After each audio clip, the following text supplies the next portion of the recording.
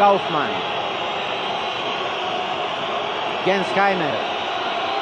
Haas, Glandorf, Kaufmann. Haas, Glandorf, Kaufmann. Ide Glandorf, Ilić na njega, deveterac ili ne, Stanić brani! Stanić brani zicer! Bravo Darko, majstore, još 55 sekundi. Jedan gol, sve rešava.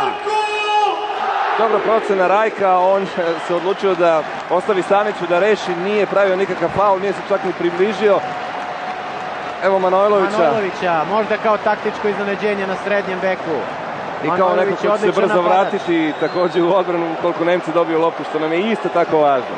Ilić, Manojlović, Ilić, Vujin, Ilić. Još jedan deveterac, nema gola, ali do kraja 25 sekundi. Da li će nam Norvežani dozvoliti da držimo loptu? Već su podigli ruku, neverovatno. Posle 10 sekundi napad, ovo je zaista neverovatno. Moramo izgleda odmah da šutiramo. Nikčević, Ilić, Ilić, Kajneveter brani. Treba sprečiti kontru sada. 15 sekundi do kraja. Glandorf. Treba praviti prekršaj, makar i po cenu isključenja.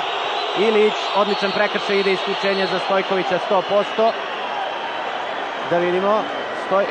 Ilić ide na klupu, 2 minuta i još 8 sekundi do kraja utakmice. Imamo siguran bod.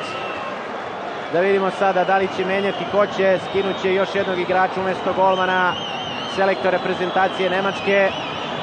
8 sekundi do kraja utakmice, 21-20, ulazi još jedan igrač nemačke reprezentacije u igru, Kristofferson. Da vidimo mogu li naši da izdrže praktično sada sa 2 igrača manje. Gensheimer je potpuno sam, Toskić kao da ga je zaboravio. Da vidimo da li će ići lopta na Gensheimera.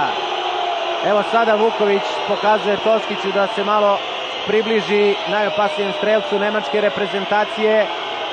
Gensheimer je na krilu i još njih sedmorica u igri. Glandorf i izjednačenje, nema više vremena, 21-21, Nemci sretni zbog ovog osvojenog boda, ali ni mi ne treba da budemo tužni jer imamo sa Nemcima 5 bodova i veliku šansu za polufinale jer ostaje samo da pobedimo jednu od preostale 2 utakmice, ili Švedsku ili reprezentaciju Makedonije, koje praktično više nemaju šansi za polufinale.